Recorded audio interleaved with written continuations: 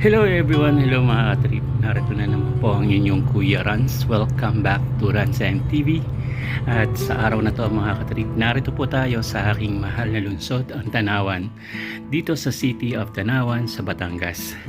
Kung saan kararating ko lang galing Manila.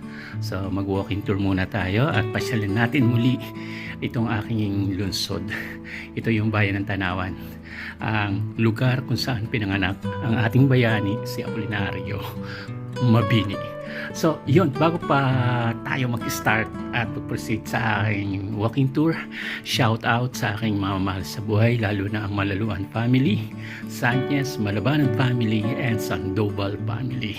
And of course, Noise Generation X, shout out sa inyong lahat. So this coming December, magkakaroon tayo ng reunion, so see you there. So let's get it on, proceeds na tayo. Pero bago po yan, intro muna tayo sa ating channel.